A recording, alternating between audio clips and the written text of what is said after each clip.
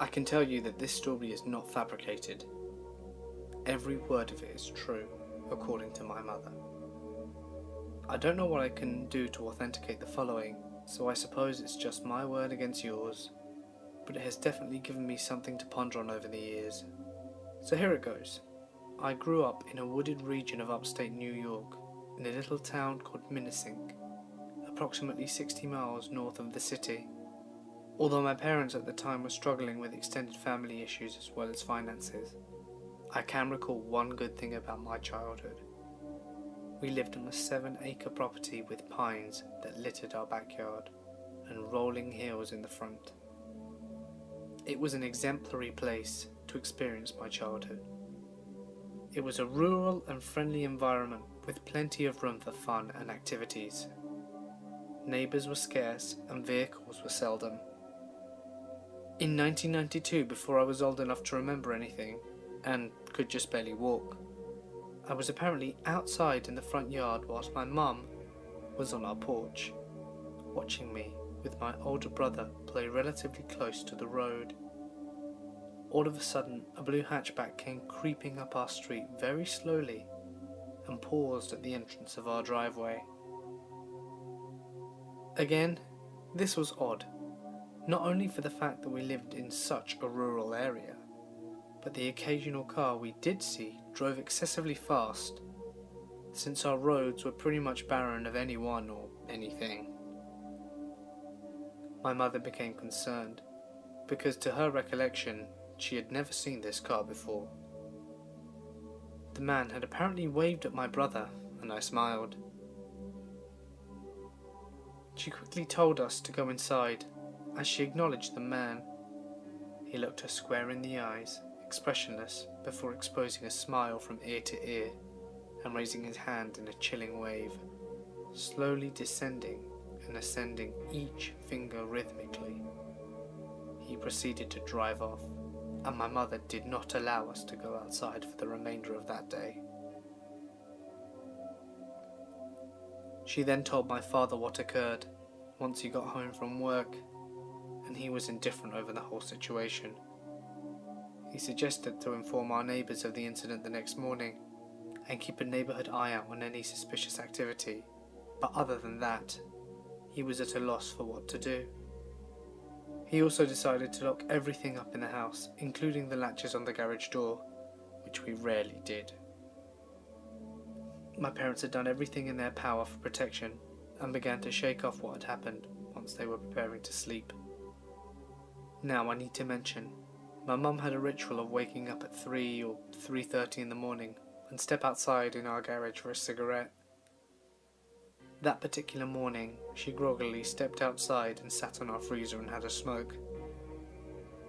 Towards the end of her session, she heard a very subtle noise towards the automatic garage doors, but she couldn't quite put her finger on it. She sat attentively and listened before realizing that something, or someone, was turning the handle at the bottom of the door and lifting it up. Paralyzed in fear, she heard the rattling for a few moments, until she quietly stepped into her bedroom and woke up my father. He grabbed our shotgun and went outside, but did not see anything. No one was there. However, my mum swore up and down that even in her most groggy state, she could not have mistaken a noise like that. She was also certain that it was a man that she had seen earlier. An animal would not have been able to turn that handle, let alone attempt to lift it. All of our neighbours were older and very trustworthy too. We all kept in close contact with one another, and we kept our eye out for one another as well. My parents informed the police about the man, and there was a patrol sent out to our area that night for a while, but nothing suspicious had turned up since. About a year later, my mother was in our living room watching the news when an important broadcast appeared. A serial killer had been caught in our county, dubbed the RoboCop, Nathaniel White, because his killings were influenced from the movie. He had stabbed and beaten 6 people to death fairly close to our home, including a pregnant woman and a 14-year-old. and had dumped their bodies in various places.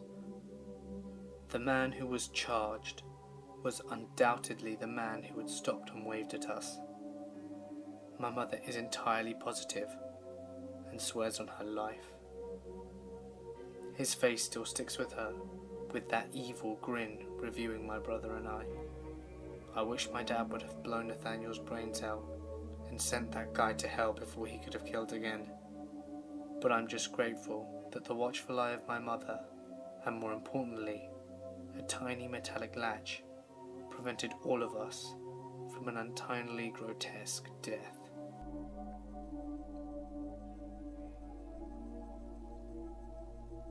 This is a story that my dad shared with me.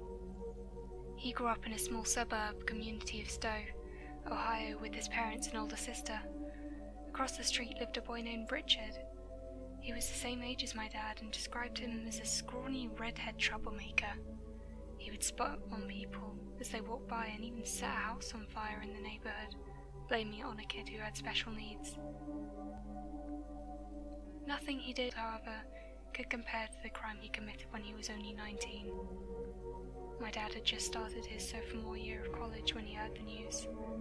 Richard and his friends Clinton and Kenneth were throwing pieces of concrete off a local bridge into the interstate when one of them struck the vehicle of 21-year-old Wendy Ofrendo. Her friend, 20-year-old Dawn, was also in the car. They were sorority sisters who had just gotten off at work at a local restaurant. At this point, Kenneth decided he had had enough and went home. This is when Richard and Clinton came up with their own evil scheme. Both of the young men approached the girls, offering them help, offering to give them a ride. They drove home to a shopping centre, where they told them to call their parents and let them know they were alright. The two then forced the girls into the back of the car, tied their hands together, and drove them to a field behind the local mall, where they raped, stabbed and tortured them for 3 grueling hours. They abandoned their bodies in the field, but only after they carved large X's on their stomachs. Richard and Clinton decided then they wanted to sell the girls' clothing and jewellery to make some extra cash. When Richard couldn't find a buyer for the items, he burned them in his backyard. My grandfather called the police to report what he thought was yet another neighbourhood disturbance from Richard. The police gathered the items for evidence, and after finding Wendy's abandoned car, they arrested Richard and began the investigation. Clinton and Richard were both arrested and charged with the murders. They had found a bloody pocket knife used to stab Wendy in the neck in Clinton's pocket when he was arrested, and some of the burnt items still had the traces of girls' blood. Since Clinton was only 17, he was spared the death sentence and is currently serving life in prison. Richard, however, was given the death penalty. On October the 14th, 2003, at 10 a.m, he was executed by lethal injection. Wendy's family was present at his execution. Every time I visit my grandparents and look across the street at the house, I can't help but to get chills. Richard, I'm glad we never met, and I'm glad my dad was smart enough not to become your friend growing up. This is my great-grandmother's story. She passed away in 2005 at the ripe old age of 103. This story is family folklore, but unlike many family folklores, which have been exaggerated over time, this one is 100% true. This story takes place in the year 1912 in a little Iowa farming community called Villisca. One summer's night, my great-grandmother was asked if she would like to stay overnight at her friend's house with 2 other girls. When my great-grandmother asked her parents if she could attend the sleepover, she was told that she could not, as there was too much housework to be done, but that she could go over the next night if all her chores had been done. The very next morning, my great-grandmother's friend, her sibling, her parents, and the 2 guests that were staying in the house overnight were found murdered.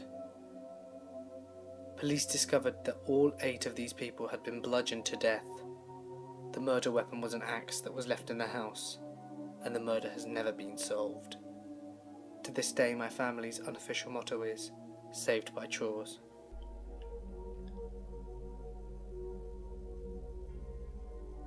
When I was 2, my mother, 20 at the time, was already a single parent.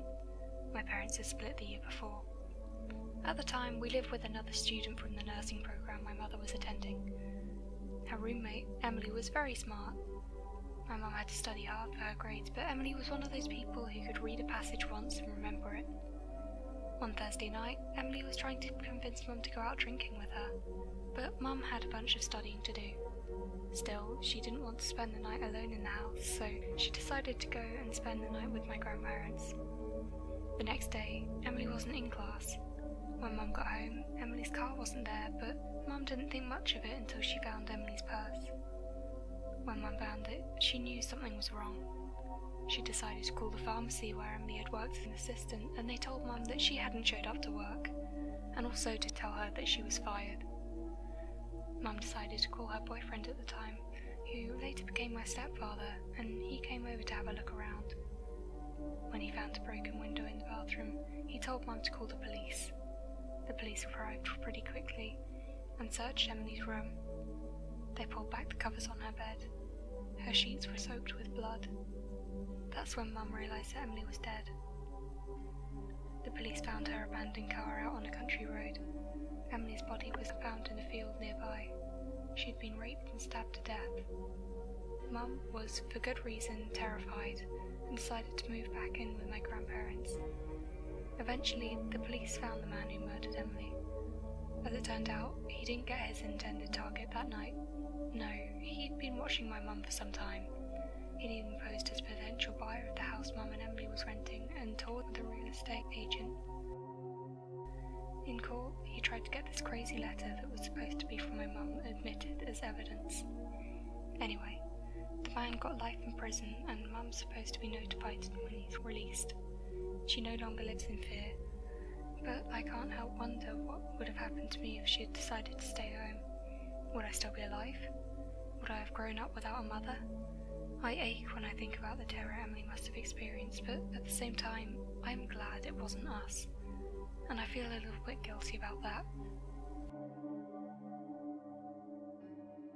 This all took place back in November of last year.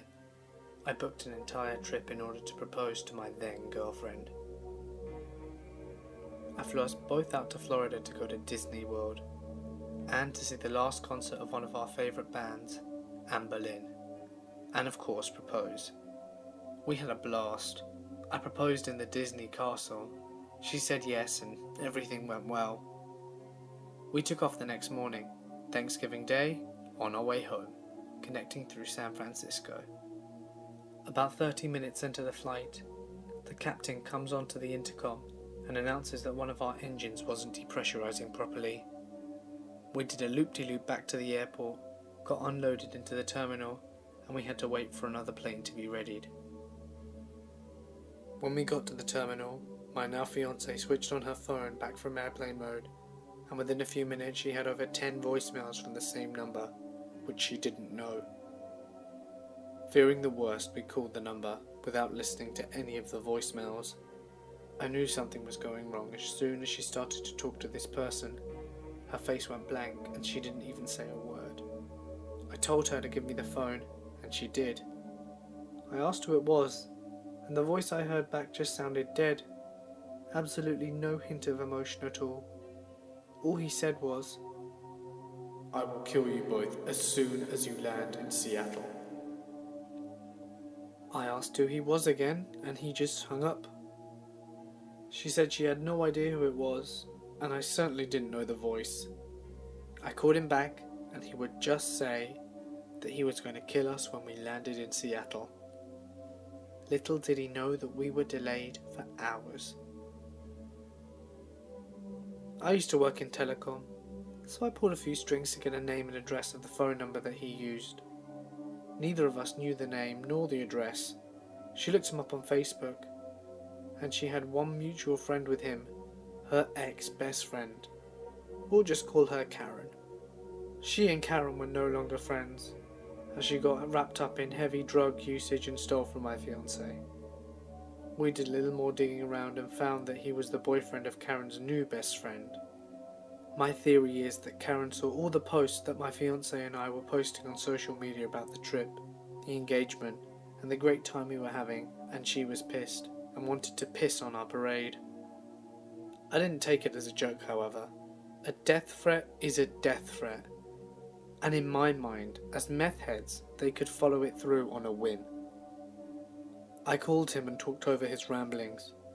I told him I was armed, that I knew where he lived, and that I was not afraid to take things into my own hands.